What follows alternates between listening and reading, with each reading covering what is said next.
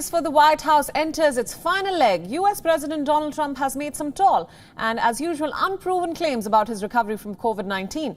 After an absence of more than a week, Trump is eager to get back on the campaign trail and ahead of his plans to travel to the key battleground state of Florida on Monday. Trump has said that he has been tested totally negative for COVID-19, but without saying when he was tested in the first place. Earlier, Trump had claimed to have recovered completely from COVID-19 and was not presumed to be an infection risk for others. At least that is what the physician said. Now, without producing any evidence, these claims have been made by the Trump administration. Trump further said that he was now immune to the coronavirus. Listen in.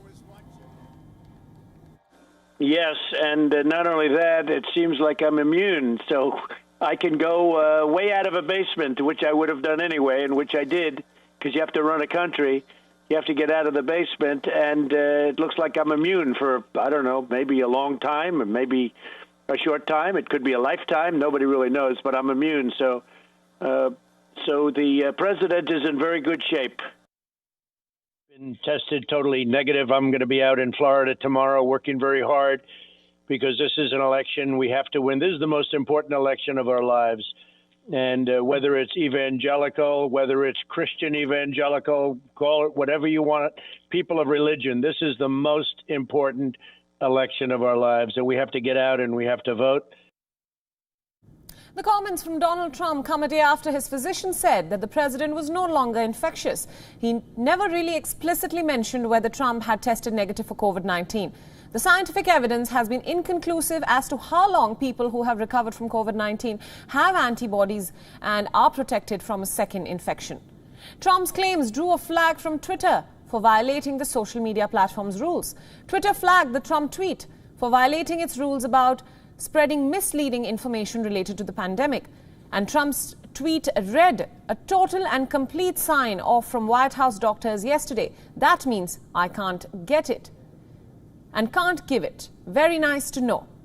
The post was flagged by Twitter with a disclaimer that the tweet violated the Twitter rules about spreading misleading and potentially harmful information related to COVID-19, adding that it may be in the public's interest for the tweet to remain inaccessible. Now, the president's illness has put a focus on his handling of the coronavirus pandemic, which has infected nearly 7.9 million people in the United States and killed more than 214,000. But Trump's campaign for the November election is working to frame his COVID-19 illness as an electoral asset.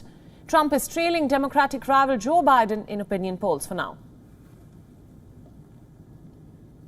Now, we are now being joined by Jagriti Dave live from Washington, D.C. for more details on the president's health. Thanks for joining us, Jagriti. Now, the U.S. president is making headlines yet again by claiming in a tweet that he is immune to coronavirus. We still don't know if he has, in fact, tested negative for the virus, and even Twitter has flagged his tweet as misleading. So tell us more about the president's health and also his plans to rally ahead of the election. Yes, I mean, the president has already held gatherings outside the White House, which have caused some interest and some criticism from those who disagree with the president's approach. Now, as you mentioned, the White House physician said that the president has taken a test which shows that he's no longer considered a transmission risk, but he wouldn't say whether the president had tested negative for coronavirus. The CDC says that there's still research that needs to be done about reinfections.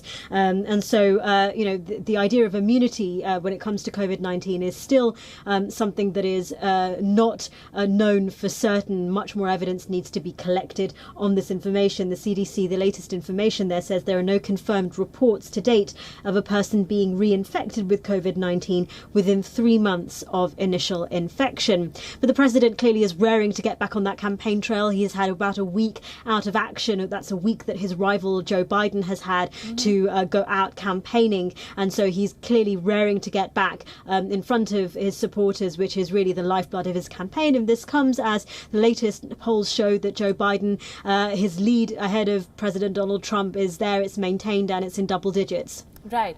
Now, in other news, Dr. Anthony Fauci spoke out against a Trump campaign ad that took praise that he gave for the coronavirus task force out of context. Now, this was a rare pushback to Trump, and Fauci said that the GOP did not get his permission to use the clip. So tell us more about this. Yeah, so this was a 30-second ad that the Trump campaign released last week after the president was released from Walter Reed Medical Center. And it's there to tout the president and his administration's handling of the coronavirus pandemic. Now, the problem is that Dr. Anthony Fauci says that he hadn't given his permission to appear in that ad and that his comments were taken out of context. And that he said that, he has never publicly endorsed a campaign at all, and that the comments that he made were talking broadly about the efforts by federal officials to combat the virus. The clip that they used in the ad was actually an interview that Dr. Anthony Fauci gave a few months ago, right. As he said in that statement to CNN, who first broke the story, that he was talking broadly about the coordinated efforts of bodies like the Coronavirus Task Force, of which he was a member, to tackle the coronavirus pandemic. The Trump campaign spokesperson responded saying that these are Dr. Fauci's actual words. They are accurate. Right. Now, finally, Jagrati, President Donald Trump's re-election campaign and the White House are pushing for an in-person presidential debate after Trump declined last week to participate in a virtual format. So what is the update on the next presidential debate, and what is the Biden camp stand? Well, the next presidential debate was due to happen on October the 15th, but that has been cancelled. That's confirmed by the Debate Commission because President Trump wouldn't agree to do a virtual debate. And so Joe Biden is going to be doing a town hall hosted by ABC News, a town hall style debate. So there's going to be voters asking him questions. There are reports that President Trump also might do a town hall debate, a rival town hall debate with another broadcaster. But that is yet to be confirmed, possibly because of the status of President Trump's health. They might, need clarification, such as, a confirmation that he has indeed tested negative for the coronavirus, which the White House physician did not reveal in that memo, or did not disclose in that memo that he issued on Saturday night, when he said that President Trump was at not a risk of transmission. The debate on the week after is still expected to continue, but again, we're not sure exactly the logistics and the format. It's still sort of moving parts up in the air, but all of this has happened so quickly ever since the president was tested positive for the coronavirus. Right. All right, Jagrati, thank you so much for all your inputs, and thank you for joining us on this broadcast.